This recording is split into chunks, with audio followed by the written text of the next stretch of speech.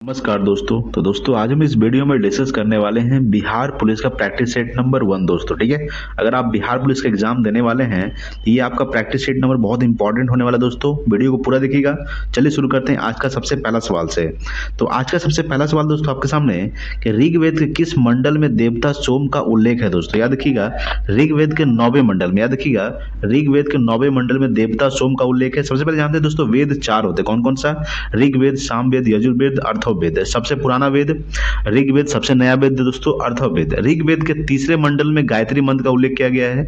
गायत्री मंत्र के रचनाकार थे विश्वामित्र। याद रखिएगा, ऋग्वेद के 9वें मंडल में देवता सोम का उल्लेख किया गया है। और ऋग्वेद के 10वें मंडल में 4 वर्ण का उल्लेख किया गया है, वैश्य, शूद्र, क्षत्रिय और ब्राह्मण। ठीक है दोस्तों, वैश्य, शूद्र, क्षत्रिय, ब्राह्मण जो है 4 वर्ण का उल्लेख ऋग्वेद के 10वें मंडल में किया गया दोस्तों। ठीक है, तो ऋग्वेद किस मंडल में देवता सोम का उल्लेख किया गया? ऋग्वेद के 9वें मंडल में। याद रखिएगा। अगला दोस्तों सेकंड नंबर सवाल कि जैन धर्म के 23वें तीर्थंकर कौन थे दोस्तों। याद रखिएगा कि जैन धर्म के 23वें तीर्थंकर, याद रखिए दोस्तों, पार्श्वनाथ थे। कौन थे? पार्श्वनाथ जैन धर्म के 23वें तीर्थंकर थे। प्रथम तीर्थंकर कौन थे दोस्तों जैन धर्म के? तो ऋषभ देव थे दोस्तों, जैन धर्म के प्रथम तीर्थंकर थे और जैन धर्म के संस्थापक थे। याद रखिएगा, जैन धर्म के वास्तविक संस्थापक महावीर स्वामी को माना जाता है। याद रखिएगा, महावीर स्वामी को जैन धर्म का वास्तविक संस्थापक माना जाता है। महावीर स्वामी जैन धर्म के 24वें तीर्थंकर थे। कैवे तीर्थंकर थे? 24वें। ये आपको थोड़ा सा ध्यान रखना है दोस्तों। ठीक है, तो महावीर स्वामी का जन्म हुआ था दोस्तों वैशाली में हुआ था और इनकी जो मृत्यु हुई थी महावीर स्वामी का पावापुरी में हुआ था। ठीक है, ये आपको ध्यान रखना है। ठीक है दोस्तों, अगला सवाल है दोस्तों आपके सामने 3 नंबर सवाल। देखिएगा, 3 नंबर सवाल आपके सामने है। 3 नंबर सवाल है कि निम्न में से किस लेखों में अशोक का नाम अशोक मिलता है दोस्तों? कौन से लेख में?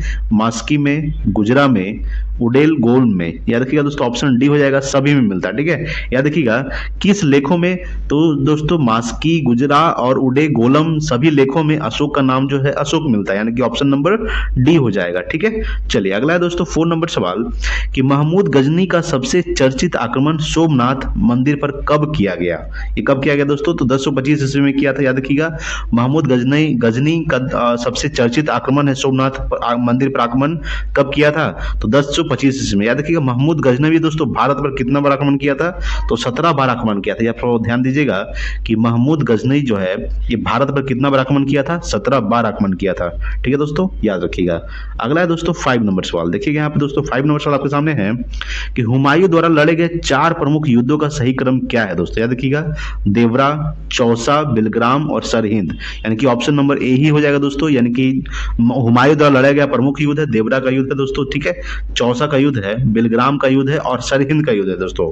ठीक है, ये हुमायूं द्वारा लड़े गए प्रमुख 4 युद्ध है दोस्तों। थोड़ा सा आप लोग ध्यान दीजिएगा। ठीक है, यानी 5 का ऑप्शन नंबर ए हो जाएगा। चलिए दोस्तों अगला सवाल देखते हैं 6 नंबर सवाल। देखिए 6 नंबर सवाल आपके सामने है दोस्तों कि राजस्व के निम्न दिए गए किन व्यवस्था के तहत सरकार और किसान के बीच कोई बिचौलिया वर्ग नहीं था? ठीक है, याद कौन सा व्यवस्था? याद रखिएगा दोस्तों, रैयत बाड़ी। याद रखिएगा कि राजस्व के निम्न दिए गए किन व्यवस्था के तहत? तो रैयत बाड़ी व्यवस्था के तहत सरकार और किसान के बीच कोई बिचौलिया वर्ग नहीं था दोस्तों। ठीक है, अगला है दोस्तों 7 नंबर कि निम्न में से किस गवर्नर जनरल या वायसराय को एक अफगान शेर अली अफरीदी ने पोर्ट ब्लेयर में चाकू मार कर हत्या किया था दोस्तों? याद रखिएगा किसको किया था? तो लॉर्ड मेयो को। याद रखिएगा कि किस गवर्नर जनरल को या फिर वायसराय को? तो लॉर्ड मेयो को जो है एक अफगान शेर अली फरीदी ने पोर्ट ब्लेयर में, ठीक है, पोर्ट ब्लेयर में चाकू मारकर हत्या कर दिया दोस्तों। किसको? तो लॉर्ड मेयो। आपको पता होगा दोस्तों लॉर्ड मेयो कौन दोस्तों? याद रखिएगा, सबसे प्रथम जनगणना जो किया गया था 1872 में, ये लॉर्ड मेयो के शासनकाल में ही किया गया था। आपको ध्यान रखना है कि 1872 में जो प्रथम जनगणना किया गया था लॉर्ड मेयो के शासनकाल में किया गया था और 10 की आधार पर जनगणना किया गया था 1881 में, वो लॉर्ड रिपन के शासनकाल में शुरू किया गया था दोस्तों। याद रखिएगा, पोर्ट ब्लेयर दोस्तों ये अंडमान निकोबार की राजधानी है। पोर्ट ब्लेयर में ही लॉर्ड मेयो को चाकू मारकर हत्या कर दिया गया था। ठीक है, लॉर्ड डलहौजी के शासनकाल में रेलगाड़ी चलाई गई थी दोस्तों। याद रखिएगा कि लॉर्ड डलहौजी के शासनकाल में 1853 में, ठीक है, 1853 में प्रथम रेलगाड़ी जो चलाई गई थी मुंबई से थाने के बीच। ठीक है, कितना किलोमीटर? 34 किलोमीटर। थोड़ा सा ध्यान दीजिएगा। चलिए अगला सवाल है 8 नंबर सवाल आपके सामने है कि 1857 ईस्वी की क्रांति से संबंधित में किस इतिहासकार का मत था कि वह राष्ट्रीय विद्रोह था? कौन सा दोस्तों? तो डिज रायली। याद रखिएगा कि 1857 क्रांति से संबंधित में किस इतिहासकार का मत था कि वह राष्ट्रीय विद्रोह था? डिज रायली का। ठीक, किसका था दोस्तों? डिज रायली। 1857 क्रांति किसके शासनकाल में हुआ था दोस्तों? याद रखिएगा कि यानी कि वायसराय कौन थे दोस्तों? तो याद रखिएगा लॉर्ड कौन थे दोस्तों? लॉर्ड लॉर्ड कैनिंग, ठीक है, याद रखिए दोस्तों, लॉर्ड कैनिंग शासन काल में 1857 में क्रांति हुआ था। लॉर्ड कैनिंग शासन काल में ही 1857 में क्रांति हुआ था दोस्तों, ठीक है। अगला दोस्तों 9 नंबर सवाल है कि महाराष्ट्र से एक क्रांति पत्रिका काल का संपादन किसने किया था दोस्तों? याद रखिएगा, ये प्रांप जपे ने किया था। किसने किया था? प्रांप जपे ने। महाराष्ट्र से एक क्रांतिकारी पत्रिका काल का जो संपादन किसने किया था? प्रांप जपे ने किया था, यानी कि ऑप्शन नंबर ए हो जाएगा 6 का। चलिए अगला सवाल देखते हैं, 10 नंबर सवाल। यहाँ देखिएगा दोस्तों, 10 नंबर सवाल आपके सामने है कि निम्नलिखित में से कौन कैबिनेट मिशन के सदस्य नहीं थे? स्टेफोर्ड क्रिप्स सदस्य थे दोस्तों, एवी अलेक्जेंडर ये भी सदस्य थे, पैथिक लॉरेंस ये भी सदस्य थे, क्लेमेंट एडली सदस्य नहीं थे। कैबिनेट मिशन भारत कब आया था? ये 1946 में आया था। याद रखिएगा, कैबिनेट मिशन जो भारत आया था ये 1946 में आया था और इसके सदस्य थे स्टेफोर्ड क्रिप्स थे, एवी अलेक्जेंडर थे, पैथिक लॉरेंस सदस्य थे और क्लेमेंट एडली सदस्य नहीं थे। ठीक है दोस्तों, ये हो गया 10 नंबर। अगला देखते हैं दोस्तों 11 नंबर सवाल। आइए देखते हैं 11 नंबर सवाल आपके सामने है। देखिए दोस्तों, ये यहाँ पे है दोस्तों, मिलान करने का है। समझिएगा, अगर हम लोग बात करते हैं, देखिए असत मिलान का चयन करें। इंडियन लीग का स्थापना किसने किया था? शिशिर कुमार घोष, ये सही है दोस्तों। वेद समाज का स्थापना किया था आचार्य केशव चंद्र सेन ने किए थे, ये भी सही है। तत्व बोधनी सभा का स्थापना किसने किए थे? देवेंद्र नाथ ठाकुर, ये भी सही है। बालिका विद्यालय का स्थापना दादा भाई नौरोजी नहीं किए थे दोस्तों। कौन किए थे? तो सावित्री बाई फुले ने किए थे। किसने किए थे? सावित्री बाई फुले ने बालिका विद्यालय का स्थापना किए थे। ठीक है दोस्तों, यानी कि 11 का ऑप्शन नंबर डी हो जाएगा। अगला है दोस्तों 12 नंबर कि किस आयोग की सिफारिश पर लोक सेवा आयोग की गठन को अनुशंसा किया गया दोस्तों? किस आयोग पर? तो ली आयोग पर। याद रखिएगा कि ली आयोग की सिफारिश पर लोक सेवा आयोग की जो गठन है इसको अनुशंसा किया गया दोस्तों। ठीक है। क्रिप्स मिशन भारत कब आया था दोस्तों? क्रिप्स आयोग जो भारत आया था ये कब आया था? ये 1942 में आया था। याद रखिएगा। सामन कमीशन भारत कब आया था? 1927 में आया था दोस्तों। याद रखिएगा, 1927 में सामन कमीशन भारत आया था। नेहरू रिपोर्ट कब आया था? 1928 में आया था। और क्रिप्स मिशन ये 1942 में आया था दोस्तों। थोड़ा सा आपको ध्यान रखना है। ठीक है, चलिए नेक्स्ट देखते हैं अगला 13 नंबर सवाल। देखिए दोस्तों 13 नंबर सवाल आपके सामने है कि निम्न में से किसकी डेकामेरॉन प्रसिद्ध पुस्तक है दोस्तों? याद रखिए किसकी है? तो बोकेसियो की है। किसकी पुस्तक है दोस्तों? बोकेसियो की पुस्तक है। डेकामेरॉन प्रसिद्ध पुस्तक है बोकेसियो की। ठीक है, यानी कि ऑप्शन नंबर 13 का बी हो जाएगा। अगला है दोस्तों 14 नंबर सवाल कि प्रथम विश्व युद्ध में निम्न में से कौन सा देश मित्र राष्ट्र में शामिल नहीं था दोस्तों? याद रखिएगा, इंग्लैंड शामिल था, जापान भी शामिल था और फ्रांस भी, यानी कि ऑप्शन नंबर डी जो है दोस्तों जर्मनी शामिल नहीं था। ठीक है, याद रखिएगा। यानी कि प्रथम विश्व युद्ध कब से कब तक हुआ था? ये 1914 से लेकर ये 1918 तक हुआ था।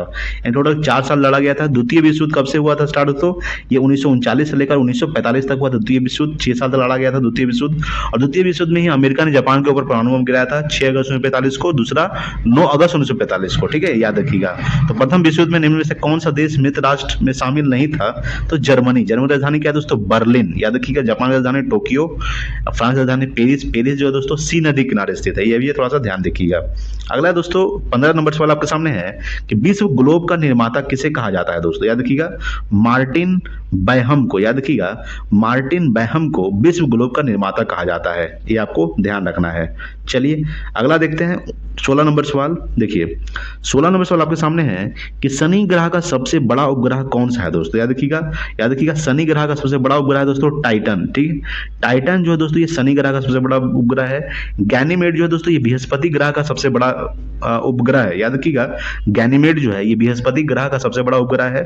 2 ऐसे ग्रह का नाम बताइए जिसका कोई भी उपग्रह नहीं है। बुध और शुक्र 2 ऐसे ग्रह हैं जिसका कोई भी उपग्रह नहीं है दोस्तों। ठीक है, आपको ध्यान रखना। मंगल के 2 उपग्रह है। कौन कौन सा? फोबोस और डिमोस। पृथ्वी का एक है दोस्तों चंद्रमा। ठीक है, चलिए अगला दोस्तों 6 नंबर 17 नंबर सवाल है दोस्तों कि निम्न में से कौन सा हिमालय काली एवं तीस्ता नदियों के मध्य पाया जाता है दोस्तों? नेपाल हिमालय। याद रखिए कौन सा हिमालय? नेपाल हिमालय दोस्तों ये काली एवं तीस्ता नदियों के मध्य पाया जाता है। ठीक है, नेपाल हिमालय जो दोस्तों ये काली एवं तीस्ता नदियों के मध्य पाया जाता है, यानी कि ऑप्शन नंबर 17 का सी हो जाएगा। अगला देखते हैं दोस्तों 18 नंबर सवाल। देखिए 18 नंबर सवाल आपके सामने दोस्तों कि निम्न में से कौन सा दर्रा मुंबई एवं पुणे के बीच अवस्थित है दोस्तों? याद रखिएगा, भोर घाट। ठीक है, ध्यान दीजिएगा कि भोर घाट है जो दोस्तों ये मुंबई एवं पुणे एवं मुंबई के बीच स्थित है दोस्तों, भोर घाट। ठीक है, अगला दोस्तों 19 नंबर कि भारत का सबसे दक्षिणी बिंदु कौन है दोस्तों, याद रखिएगा इंदिरा पॉइंट। ठीक है दोस्तों, इंदिरा पॉइंट दोस्तों ये भारत का सबसे दक्षिणी बिंदु है। भारत का सबसे उत्तरी बिंदु है दोस्तों इंदिरा कॉल, याद रखिएगा। की बिंदु भारत का सबसे पूर्वी बिंदु है, और सर्किलिक गहौर माता जो है दोस्तों ये भारत का सबसे पश्चिमी बिंदु है। ठीक है, याद रखिएगा कि भारत का सबसे दक्षिणी बिंदु कौन सा है, इंदिरा पॉइंट। ठीक है दोस्तों, चलिए अगला सवाल देखते हैं, 20 नंबर सवाल। 20 नंबर सवाल आपके सामने दोस्तों कि निम्न में से किस नदी का उद्गम बेरीनाग के समीप शेषनाग झील से होता है, याद रखिएगा दोस्तों झेलम नदी का। ठीक है, याद रखिएगा किस नदी का उद्गम, तो झेलम नदी का जो उद्गम है ये बेरीनाग के समीप शेषनाग झील से होता है। ठीक है दोस्तों, चेनाब दोस्तों ये सिंधु की सबसे बड़ी सहायक नदी है, चेनाब। थोड़ा सा ध्यान दीजिएगा, चेनाब जो है सिंधु की सबसे बड़ी सहायक नदी है। अगला दोस्तों 21 नंबर सवाल कि निम्न में से कौन सा झील उत्तराखंड में अवस्थित नहीं है दोस्तों। ठीक है, सात ताल झील उत्तराखंड में अवस्थित है दोस्तों, स्थित है। राकस ताल झील ये भी स्थित है दोस्तों, देवताल झील, यानी कि तीनों झील जो है दोस्तों ये उत्तराखंड में अवस्थित है। ऑप्शन नंबर डी हो जाएगा। ये चंद्रताल झील है दोस्तों, ये हिमाचल प्रदेश में, कहाँ स्थित है, हिमाचल प्रदेश में, HP। ठीक है, याद रखिएगा। चलिए अगला सवाल देखते हैं, 22 नंबर सवाल। देखिए दोस्तों 22 नंबर सवाल आपके सामने है कि ग्रीष्म ऋतु, ठीक है, ग्रीष्म ऋतु में चलने वाली आर्द्र हवाओं को किस राज्य में आम्र वर्षा यानी कि मैंगो शॉवर के नाम से जाना जाता है दोस्तों, याद रखिएगा केरल में। ठीक है, ग्रीष्म ऋतु में चलने वाली आर्द्र हवाओं को किस राज्य में आम्र वर्षा के नाम से जाना जाता है, तो केरल में। ठीक है दोस्तों, यानी कि ऑप्शन नंबर 22 का सी। अगला है दोस्तों 23 नंबर कि निम्न में से किस क्रांति का संबंध मसाला उत्पादन से है दोस्तों, तो बादामी क्रांति का जो संबंध है ये मसाला उत्पादन से है। किस उत्पादन से है, यानी बादामी क्रांति का जो संबंध है ये किस उत्पादन से है दोस्तों, मसाला उत्पादन से है। तो अगला सवाल देखते हैं दोस्तों 24 नंबर सवाल। देखिए यहाँ पे 24 नंबर सवाल आपके सामने है कि निम्न में से किस उद्योग को विशाख उद्योग के नाम से जाना जाता है, याद रखिएगा मोटर गाड़ी उद्योग। ठीक है, याद रखिएगा किस उद्योग को विकास उद्योग के नाम से जाना जाता है, तो मोटर गाड़ी उद्योग को विकास उद्योग के नाम से जाना जाता है। अगला दोस्तों 25 नंबर कि 2011 की जनगणना के अनुसार सर्वाधिक साक्षरता वाला केंद्र शासित प्रदेश कौन है दोस्तों, याद रखिएगा लक्षद्वीप। लक्षद्वीप की राजधानी क्या होता है दोस्तों, कवरत्ती। याद रखिएगा कि लक्षद्वीप की राजधानी क्या होता है, कवरत्ती लक्षद्वीप की राजधानी है दोस्तों। ठीक है, अगर हम लोग बात करते हैं कि 2011 की जनगणना के अनुसार सर्वाधिक साक्षरता वाला केंद्र शासित प्रदेश कौन है, लक्षद्वीप। सवाल पूछेगा दोस्तों कि वर्तमान में केंद्र शासित कितने हैं दोस्तों, तो वर्तमान में केंद्र शासित प्रदेश 8 है दोस्तों, 28 राज्य है और 8 केंद्र शासित प्रदेश है। याद रखिएगा 28 राज्य और 8 केंद्र शासित प्रदेश है वर्तमान में। लक्षद्वीप की राजधानी क्या होता है दोस्तों, तो कवरत्ती। पुदुचेरी राजधानी क्या होता है दोस्तों, पुदुचेरी। पुदुचेरी में 4 जिला है दोस्तों, कराईकल, माहे, ठीक है दोस्तों, यमन और पुदुचेरी। ठीक है, चलिए अगला सवाल देखते हैं 26 नंबर। 26 नंबर सवाल आपके सामने है दोस्तों कि संयुक्त राष्ट्र पर्यावरण कार्यक्रम का मुख्यालय कहाँ स्थित है, याद रखिएगा ये नैरोबी में स्थित है। नैरोबी कहाँ स्थित है दोस्तों, केनिया में स्थित है। केनिया एक देश है, याद रखिएगा केनिया की राजधानी होता है दोस्तों नैरोबी। ठीक है, तो संयुक्त राष्ट्र पर्यावरण कार्यक्रम का जो मुख्यालय स्थित है ये नैरोबी में स्थित है, यानी कि ऑप्शन नंबर बी हो जाएगा। अगला है दोस्तों 27 नंबर आपके सामने है कि निम्न में से कौन जैविक एवं अजैविक संगठनों के मध्य बिचौलिया का कार्य करता है दोस्तों, कौन करता है दोस्तों, उत्पादक। ठीक है, याद रखिएगा उत्पादक जो है ये जैविक एवं अजैविक संगठनों के मध्य बिचौलिया का कार्य करता है। ठीक है, यानी कि ऑप्शन नंबर 27 का ए हो जाएगा। चलिए 28 नंबर सवाल देखते हैं। 28 नंबर सवाल आपके सामने दोस्तों कि संविधान सभा की प्रमुख समितियों में से किस समिति के अध्यक्ष डॉक्टर भीमराव अम्बेडकर थे, तो प्रारूप समिति के अध्यक्ष। याद रखिएगा कि संविधान सभा की प्रमुख समितियों में से किस समिति के अध्यक्ष यानी कि प्रारूप समिति के अध्यक्ष डॉक्टर कौन थे, भीमराव अंबेडकर।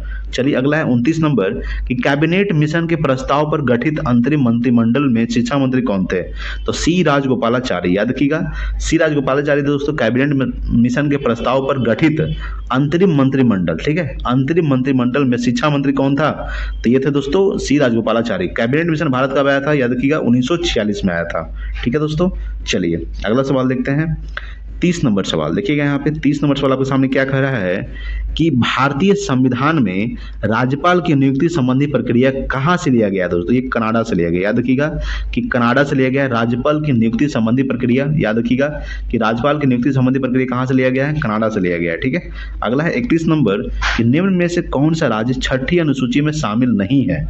ठीक है, देखिए असम शामिल है, मेघालय भी शामिल है, त्रिपुरा भी शामिल है, ये मणिपुर नहीं शामिल है। मणिपुर की जगह कौन सा होगा दोस्तों, मिजोरम। याद रखिएगा मिजोरम होगा। कौन होगा दोस्तों? मिजोरम, ठीक है, याद रखिएगा। मणिपुर शामिल नहीं है छठी अनुसूची में। छठी अनुसूची में 4 राज्य शामिल, कौन कौन सा? असम, त्रिपुरा, मेघालय और मिजोरम। मणिपुर नहीं होगा दोस्तों, ठीक है।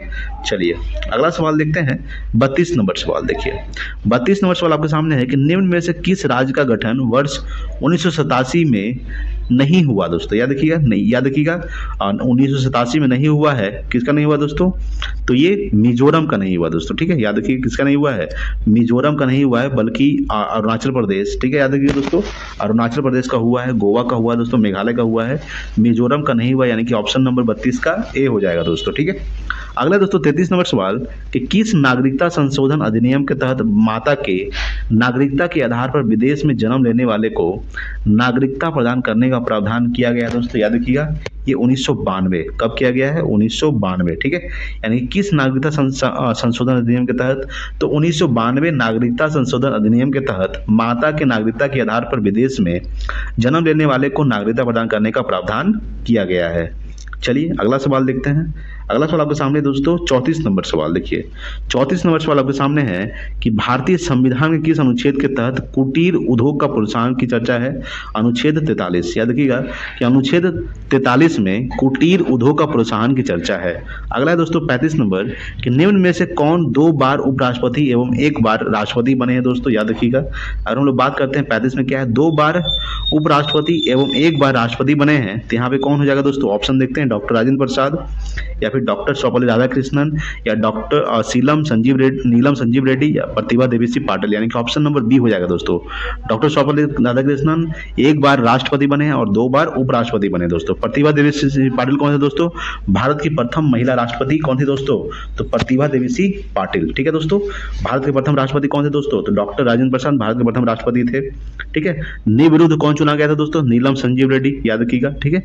अगला दोस्तों 36 नंबर कि किस संविधान संशोधन अधिनियम के तहत लोकसभा और राज्य विधानसभाओं में आंग्ल भारतीय के लिए सीटों के आरक्षण को समाप्त कर दिया गया दोस्तों? कौन सा संविधान संशोधन? तो 104वां संविधान संशोधन, याद रखिएगा 104वां संविधान संशोधन अधिनियम के तहत लोकसभा और राज्य विधानसभाओं में आंग्ल भारतीयों के लिए सीटों के आरक्षण को समाप्त कर दिया गया है। अगला है दोस्तों 37 नंबर कि निम्न में से कौन अदिश राशि है? याद रखिएगा दोस्तों, वेग क्या है दोस्तों? ये सदिश राशि है। त्वरण क्या है दोस्तों? सदिश राशि। विस्थापन क्या है? सदिश राशि। विद्युत धारा क्या है दोस्तों? विद्युत धारा ये एक अदिश राशि है, ठीक है। चलिए नेक्स्ट है अगला 38 नंबर सवाल आपके सामने है। 38 नंबर है कि न्यूटन के गति के किस नियम द्वारा बल का व्यंजक प्राप्त होता है? तो न्यूटन के गति के दूसरे नियम, याद रखिएगा न्यूटन की गति के दूसरे नियम से बल का व्यंजक प्राप्त होता है। जड़त्व का नियम दोस्तों, प्रथम नियम को जड़त्व का नियम कहा जाता है और द्वितीय नियम को बल का व्यंजक नियम कहा जाता है, ठीक है दोस्तों, यानी कि ऑप्शन नंबर ए हो जाएगा। अगला है दोस्तों 39 नंबर कि निम्न में से कौन शक्ति के मात्रक नहीं है? याद रखिएगा WH HP है दोस्तों, ठीक है। 1 HP इक्वल टू 746 वाट होता है, ठीक है। KW किलोवाट और मेगावाट ये क्या है दोस्तों? ये शक्ति के मात्रक है और WH दोस्तों ये नहीं है, ठीक है। चलिए अगला सवाल है दोस्तों आपके सामने 40 नंबर सवाल कि जल का महत्तम घनत्व किस पर होता है दोस्तों? याद रखिएगा 39.2 डिग्री फ़ारेनहाइट, ठीक है। 39.2 डिग्री फ़ारेनहाइट पर जल का महत्तम घनत्व होता है, ठीक है। चलिए अगला है 41 नंबर सवाल देखिए। 41 नंबर सवाल आपके सामने है कि निम्न में से कौन विद्युत चुंबकीय तरंग है? याद रखिएगा गामा किरण, ठीक है दोस्तों, यानी कि ऑप्शन नंबर सी हो जाएगा। गामा किरण क्या है दोस्तों? ये विद्युत चुंबकीय तरंग है, ठीक है।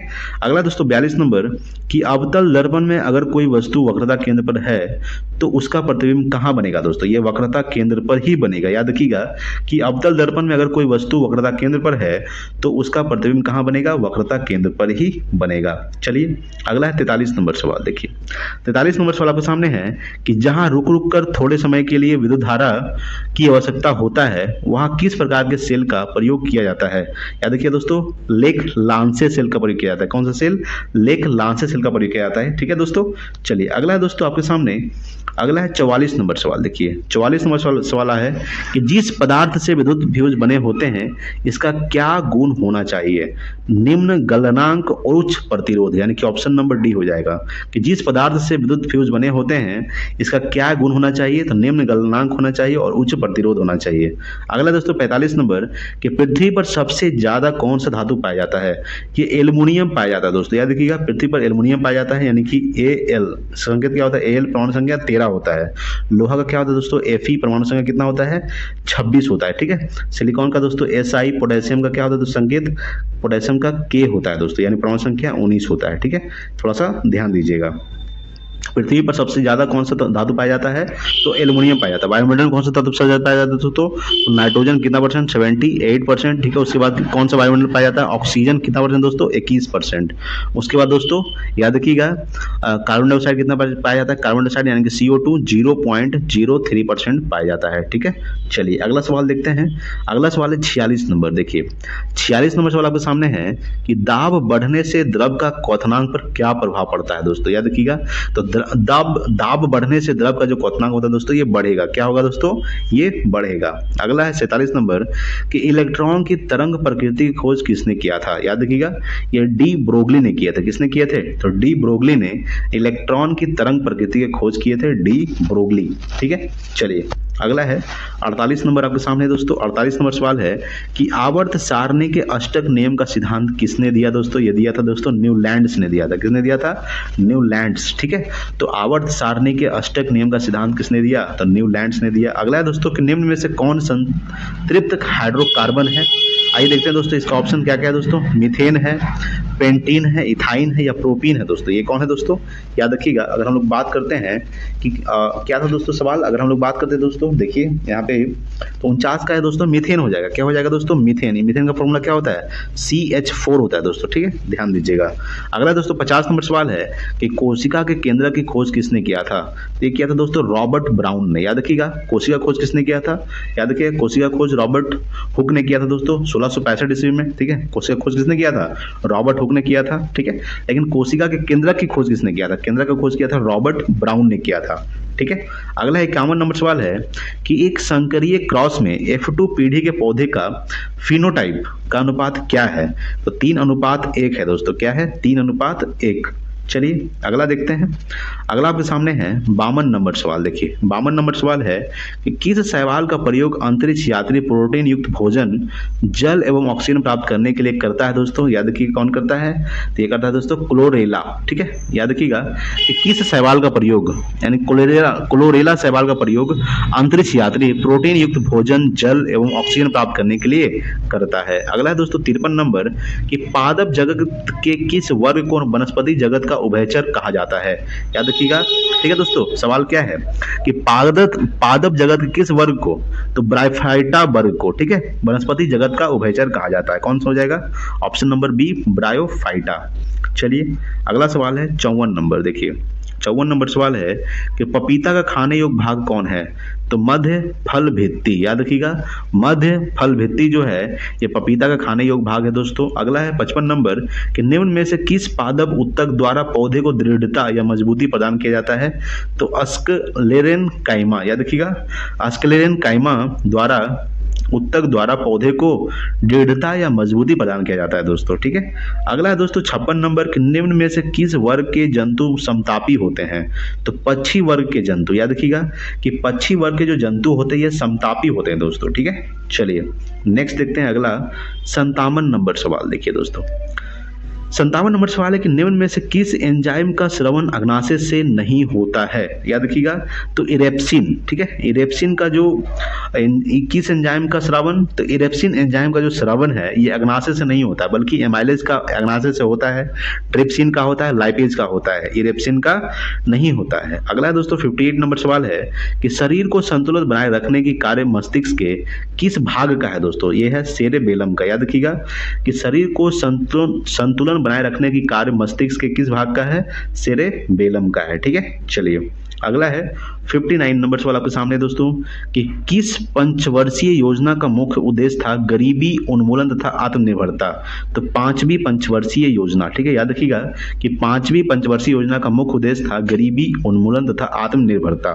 अगला है दोस्तों 60 नंबर सवाल है कि राष्ट्रीय नियोजन समिति का गठन कब किया गया था दोस्तों। ये 1938 में किया गया था। याद रखिएगा कि राष्ट्रीय नियोजन समिति का जो गठन किया गया था ये 1938 में किया गया था। अगला देखते हैं 61 नंबर सवाल। देखिए 61 नंबर सवाल है कि भारतीय रिजर्व बैंक की स्थापना किस आयोग की सिफारिश पर किया गया दोस्तों।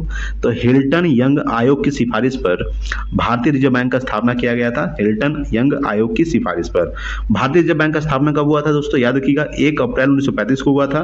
भारतीय रिजर्व बैंक का जो राष्ट्रीयकरण किया गया था ये 1949 में किया गया था। कब किया गया था। तो 1949 में भारतीय रिजर्व बैंक का राष्ट्रीयकरण किया गया था। भारतीय रिजर्व बैंक के वर्तमान में गवर्नर कौन है। शक्तिकांत दास जो 25वें गवर्नर है। ठीक है दोस्तों, याद रखिएगा। अगला दोस्तों 62 नंबर कि निम्न में से कौन प्रत्यक्ष कर है। तो संपत्ति कर। याद रखिएगा संपत्ति कर क्या है दोस्तों, ये प्रत्यक्ष कर है। बाकी केंद्रीय उत्पादक शुल्क ये सब प्रत्यक्ष कर नहीं है दोस्तों। ठीक है, ऑप्शन डी हो जाएगा। ये संपत्ति कर क्या है दोस्तों, प्रत्यक्ष कर है। अगला है दोस्तों 63 नंबर कि निम्न में से किस समिति का संबंध प्रतिभूत घोटाला से है। ठीक है, आइए इसका ऑप्शन देखते हैं। प्रतिभूति घोटाला से है। किस समिति का संबंध प्रतिभूति घोटाला से है दोस्तों। तो याद रखिएगा अगर हम लोग बात करते हैं जानकी रमन समिति। ठीक है, यहाँ पर अगर बात करेंगे दोस्तों ऑप्शन क्या हो जाएगा, ऑप्शन बी हो जाएगा। जानकी रमन समिति का संबंध जो है प्रतिभूति घोटाला समिति से है। ठीक है, अगला दोस्तों 64 नंबर कि निम्न में से प्रेम वाटिका पुस्तक के लेखक कौन है। ठीक है, याद रखिएगा रस खान। ठीक है दोस्तों, रस खान जो है ये प्रेम वाटिका पुस्तक के लेखक है, रस खान। अगला है दोस्तों 65 नंबर कि अंतर्राष्ट्रीय परमाणु ऊर्जा एजेंसी का मुख्यालय कहाँ स्थित है दोस्तों। तो ये वियना में स्थित है। याद रखिएगा कि अंतर्राष्ट्रीय परमाणु ऊर्जा एजेंसी का जो मुख्यालय स्थित है ये वियना में स्थित है। वियना किसकी राजधानी दोस्तों, वियना जो है ये ऑस्ट्रिया। ठीक है, ऑस्ट्रिया। एक होता है दोस्तों ऑस्ट्रेलिया। ऑस्ट्रेलिया एक महाद्वीप के साथ साथ देश है जिसकी राजधानी होता है दोस्तों कैनबरा।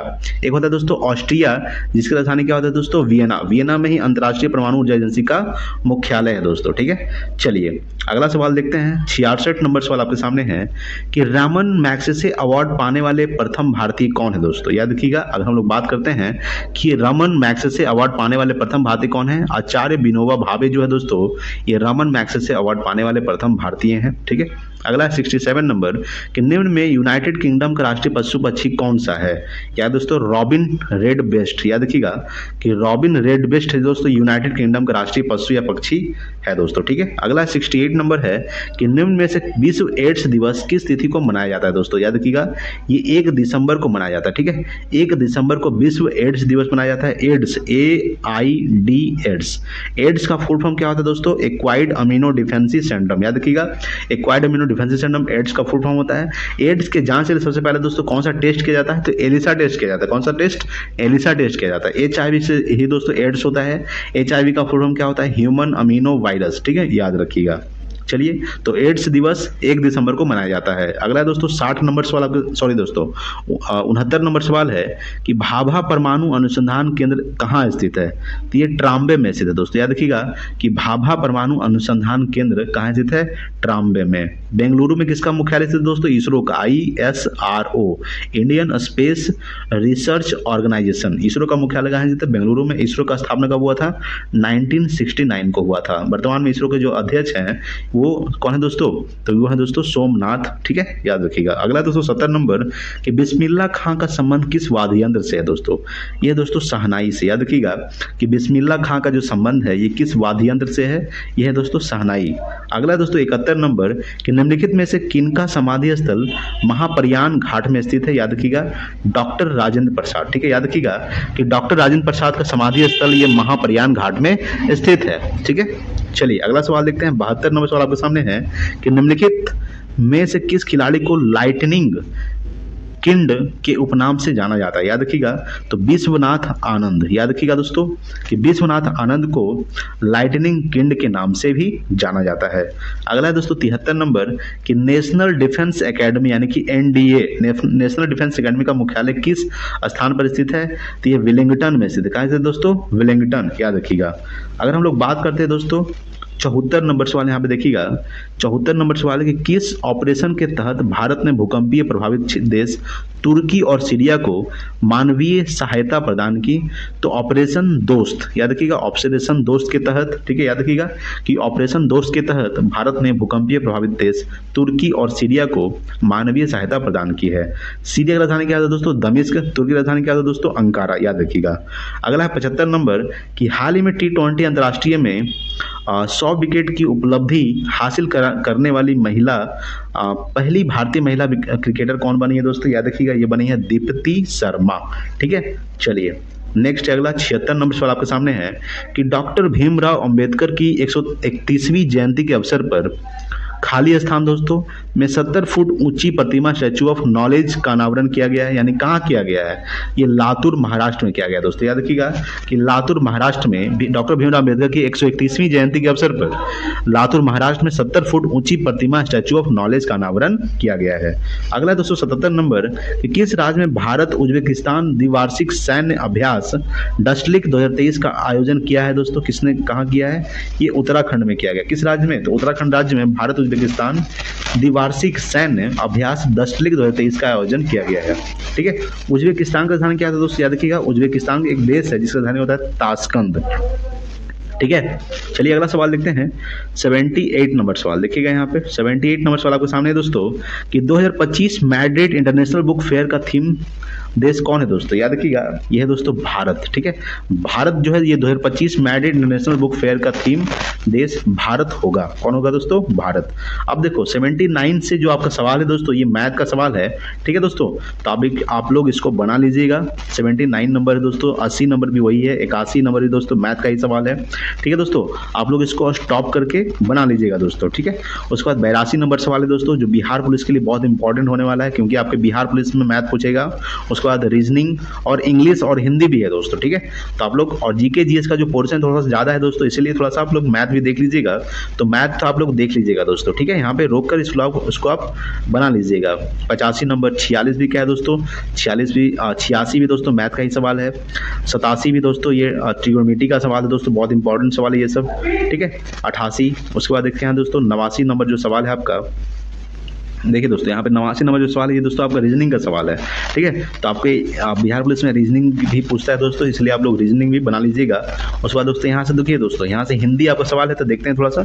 92 नंबर जो सवाल है दोस्तों कि आप भला तो जग भला वाक्य में रेखांकित शब्द कौन सा सर्वनाम है दोस्तों? याद रखिएगा ये निजवाचक सर्वनाम है। कौन सर्वनाम है? निजवाचक सर्वनाम, यानी कि आप भला तो जग भला जो है दोस्तों ये निजवाचक सर्वनाम है। अगला है 93 नंबर की उल्लास शब्द का सही संधि विच्छेद होगा दोस्तों, ये ऑप्शन नंबर ए हो जाएगा उत प्लस लास। उत प्लस लास यानी कि उल्लास का सही संधि विच्छेद होगा, ठीक है।